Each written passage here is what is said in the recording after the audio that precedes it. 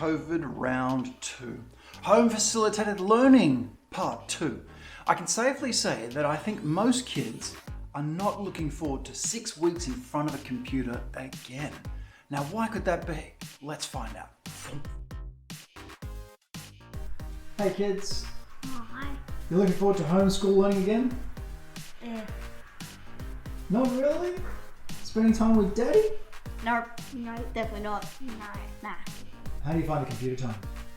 Not really good. Why not? Because too much screen. Too much of it. Beeps. So why is this? What could be going on? What could kids be experiencing? Could they be feeling some discomfort or some postural strains? It's in fact postural strains that led to the development of a particular syndrome known as text neck. We have heard of this one. It's where kids have spent so long looking down at their devices that they actually start developing a strain inside their neck. This actually led to the development in some children of growing horns. Not that type of horn, that type of horn at the back of their skull. Yes, these types of horns. You can see at the back of the skull here, these occipital protuberances growing out of the back of the skull. Now this actually tells me that there is a decent amount of strain going on the structures at the back of the skull there, and the body has to adapt somehow, and the brain thinks, well, I know something that's pretty strong. Bone. Let's grow bone. So they grow bone at the back of their skulls there.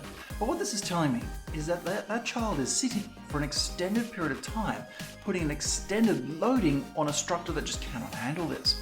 Now, in 2017, researchers looked at this.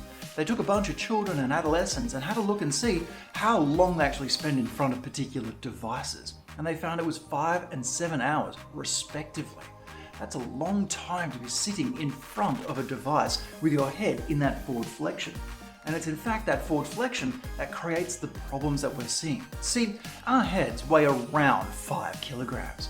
And when we keep them directly in line on top of our neck properly, it weighs relatively 5 kilograms to our body as well. Now, when you introduce a little bit of forward flexion, however, that starts to change. Because we're leaning forward, it changes the amount of loading at the back of the neck there. And all of a sudden, our 5 kilogram head with 30 degrees of flexion weighs 18 kilograms. When we include 60 degrees of flexion, our head becomes 27 kilograms. Now that's a lot heavier than the typical 5 when we keep our head in a nice neutral position. So how can we tell if we've got this bit of forward head carriage or leaning forward or this excessive flexion going on inside our neck? Well, it's very simple. We can have a little bit of a look from the side. We can see the ear lines up with the point of the shoulder.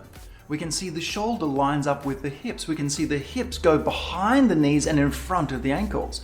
These postural indicators from the side on viewing can let us know if that child is in relative balance or not. So what can we do? Well, first, let's have a look at their posture. How are they sitting? Are they sitting nice and upright? Are they sitting nice and straight? If they're slouching, you have my permission. Go along behind them and give them a flick on the ear and say, sit up straight again. But not all kids are able to sustain this. If they're having trouble sustaining it, they need to get up and walk around for a little bit. Second thing we can do is have a look at the range of motion inside their neck. Now, not just like side to side kind of motion. There's another little trick that we can do to see if the neck structures are getting a little bit compromised.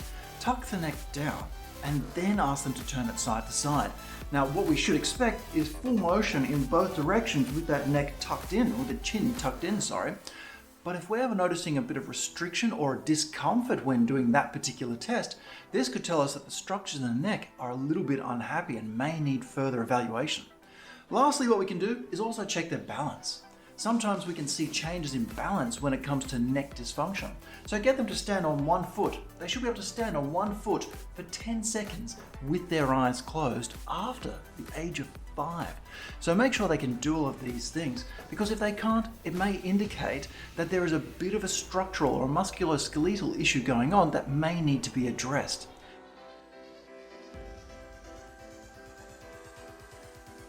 There are many out there who may be able to help with your child. And in fact, you may be thinking, my kid seems to be okay. You know, they've got a bit of postural stuff, but there's no neck discomfort or anything like that. Well, in a study of 46,000 kids, they found, this is in Denmark, they found that 30% of them had experienced moderate discomfort, 10 to 11% experienced severe discomfort. Not all kids tell you everything that's going on.